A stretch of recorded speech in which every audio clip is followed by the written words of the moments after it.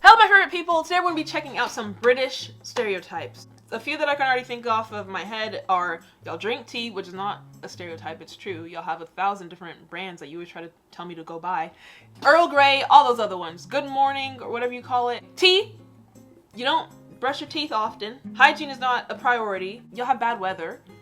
And you're not the most friendly, at least compared to an American stance. But I'm going to see what this video has to say about what are the common stereotypes about British people. I feel like I've gotten to know y'all in a sense from all these reactions, and I want to see if I agree with them or if even y'all agree with them. Let's get right into it. Subscribe if you're new here, like the video, go check out my UK culture playlist. I have even created a third channel specifically for UK culture. The only reactions will be over there are American Girl Reacts, blah blah blah. Y'all know how I do it over here. That's a channel specifically dedicated just for that content. So I'll link it down below, pin it in the comment section, so go subscribe and like and do all that. DM me video requests over on Instagram as well, and here we go into what are common stereotypes about British people. Let's see. You know they say a stereotype is always based off of some truth. So, yeah. After this, we're going to do American stereotypes too, so don't feel bad about this video. Today we are back to stereotypes. Social psychologists tell us there's nothing wrong with stereotyping, and sometimes what we think is true. They give the example of young men committing more violent crimes than other male age groups or women. It's just a fact. Yeah. Statistics back this up. As we saw in other shows, not all Americans are... But just because I'm black and like watermelon doesn't mean all black people like watermelon. There's some stereotypes and then there's just racism. There's a difference.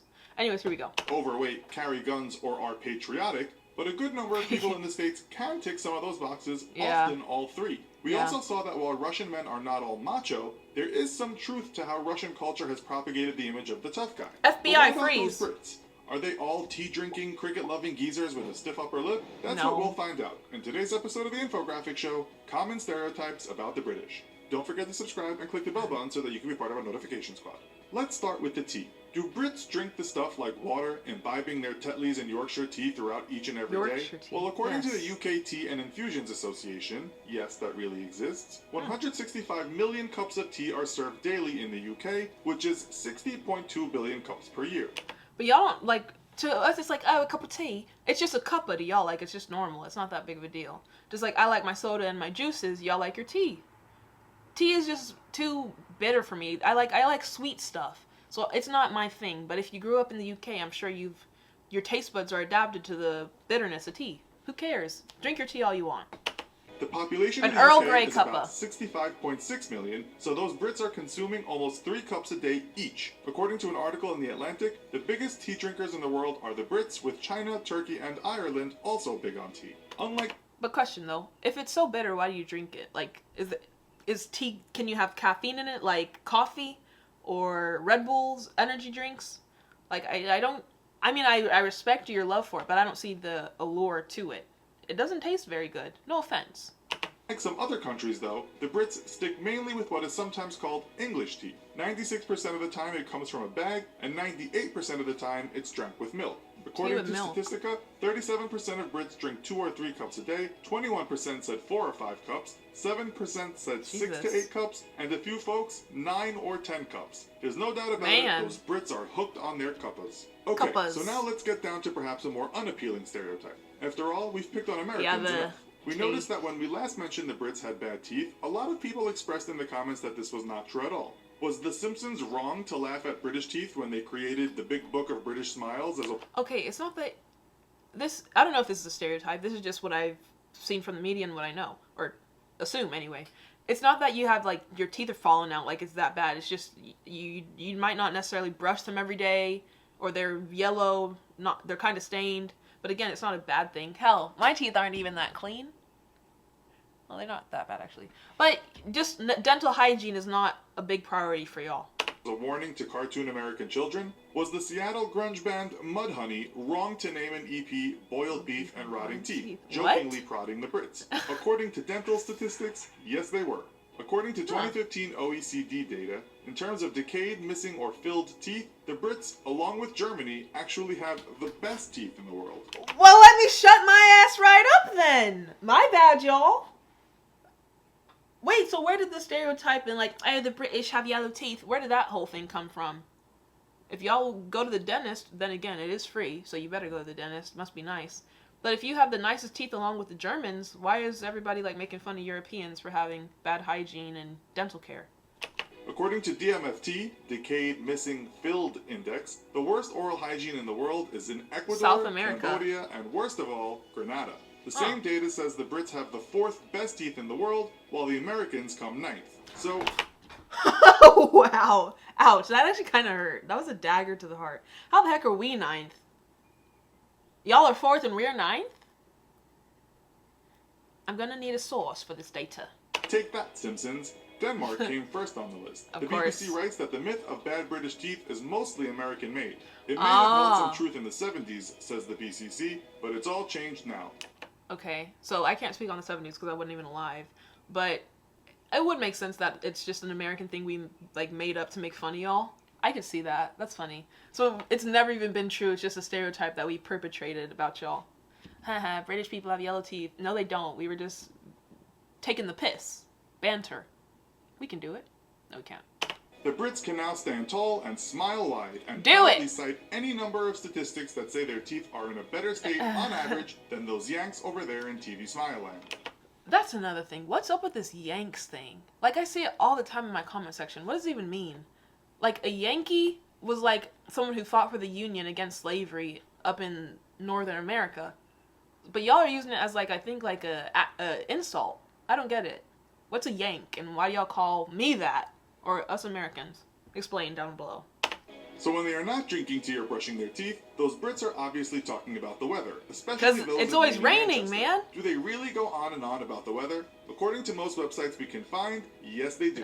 The reason is the unpredictability of the British weather due to its maritime climate. The Brits can't be sure what's going to happen from one hour to the next, so they chat about what's happening and what might happen. In fact, it borders on insanity how much they talk about the weather. In 2015, the BBC cited research that said all over the UK, 94% of people will have talked about the weather in the last 6 hours. That's hilarious, though. Okay, the fact that it changes so often that it's actually that big of an impact on someone's day. Y'all, most of you know anyway, 2 years ago I was over in the UK, in England. If you've been on my Instagram, you'll see all the highlights and everything from the trip. For the most part, it would be like gloomy in the morning, and then towards the afternoon it would get sunnier. But then there would be days where it's just gloomy all day and raining, so I would have to stay inside. So I didn't really get to experience like the ever-changing by hour weather, but I did definitely see... I don't want to say that it was depressing, but it was definitely not like, oh, let me go explore London because it's freaking 30 degrees outside and drizzling, you know? I don't know how y'all would deal with that. Like, I live in Texas and it's usually dry. It's hot down here, sunny. It's just a complete 180 to me. That's every day of the week, all year, almost the entire country is weather small talking. When website Expat Insider took a poll on worst weather in the world by country, the UK was 58th out of 64 countries. Belgium came last. The weather is so bad in the UK that if they have a few days of sunshine and heat, it's first greeted with cheers, and later there are droughts and pink-skinned northerners passing out muttering the words, "It's cracking the flags." Pink-skinned northerners? From the sun? Like getting too much sunlight? That begs the question, though, because then there are chavs who are super tan. So I guess it's not a thing over in... Everybody over here is tan. It's kind of annoying, but you don't see pale-skinned people here anymore. Everybody's got a tan. But I guess over in the UK, y'all like the pale skin. But you get sunburned when it's sunny. Why don't you buy sunscreen? Is that not a thing over there? Some Brits might understand what that means, and also know it's pronounced in the north, crackin' flags. Don't get that reference. Talking about how those Brits talk, do they really all have accents no one outside of Britain can understand? This is true and not true. For a second I thought he was about to make a comment about the poshness, because I know y'all aren't walking around with freaking hats, canes, and those overcoats. Maybe the posh people, but not your common British person. Let's go back a little bit, hear what he said. And also know it's pronounced in the north, crackin' flags. Talking about how those Brits talk, do they really all have accents no one outside of Britain can understand? Yes. This is true and not true. Some Brits speak very clearly, and you could say these are all mostly your middle and upper class variety of Brits. Yes, they still talk about class over there in that funny old land. According to the Telegraph, Britain indeed is a country of very complex accents. They mention the accents of Cockney in London, Brummie in Birmingham, West Country in Somerset and beyond, South Wales, Scouse in Liverpool, Scottish and Geordie, Newcastle. I know y'all despise the Scouse and Geordie accent, but I just have some kind of adoration for them. Like, I don't understand it. I actually just did a reaction to more accents on the British channel that I created, and I don't like listening to the Scouse accent, but at the same time I like it. I don't understand what's going on. It's really weird. Among others. Imagine traveling through Yorkshire and someone tells you, "Put wood in tow, was that born in a barn?" That means, "Please close the door." You go up to Scotland and someone turns to you and says, "It's boiling out." He's trying to tell you today the weather is out. All over the UK, you'll find accents that you can't believe are the English language. Not everyone speaks with a BBC accent or Queen's English. What? I was about to say, he said earlier the middle and upper class are the ones who like speak more clear, and it's because like they are on TV, right? Like they're usually in entertainment, so they have to speak very clearly. How does the UK have so many regional accents compared to the rest of the world? It's complicated, but has a lot to do with imperialism, social standing, communities that identify with accents, and of course, all the tribes that lived on the British Isles, including Celts, Angles, Saxon, Jutes, German, and Norse tribes. Can't even lie though, y'all's history is actually very... No, I shouldn't say that because there is a lot of conquering and stealing. But, you know, with all the different cultures influencing what has made you today, that aspect is cool. You know, the Celts, the Anglos, all that stuff. That's very interesting. Medieval French became the language after Old English, and Latin was spoken as well. All those tribes and all those languages have led to this confusion of British accents. There's no one British accent. Do all Brits love her? Actually, that's hardly even close to the truth. She's probably more popular in the US than she is in the UK. No disrespect, but no one here cares about the Queen. No offense. I mean, actually, you corrected me. I did a reaction the other day of all the British and Irish national anthems, and y'all's was literally God Save the Queen. And y'all said it wasn't, though. But whenever I looked up England's national anthem, it was God Save the Queen. Everything was about the Queen, making her prosper, making her kill her enemies, God saving her. I was just like, whoa, what is this obsession with this lady? In Scotland, the Queen is less liked than in England.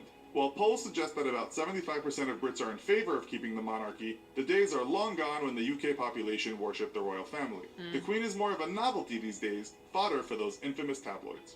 Are the Brits overly polite? Well, there's certainly a culture of yabism over there on the small island.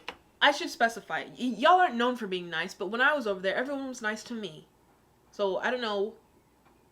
There is a stereotype of y'all being grumpy.